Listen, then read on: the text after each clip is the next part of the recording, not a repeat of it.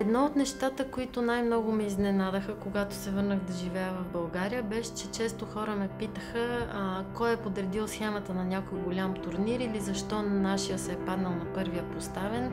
А най-странният пример беше на един татко на много известна българска тенисистка, който ми беше сигурен, че ако занесе някъде, ако аз му кажа къде може да занесе тези пари, тя ще влезне в първите 10.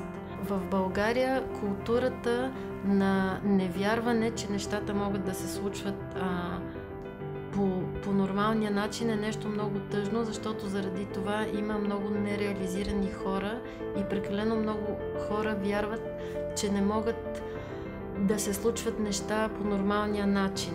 Мисля, че най-хубавото нещо от протестите 2013 е това, че видяхме, че има едно гражданско общество, което може да държи политици отговорни за действията им.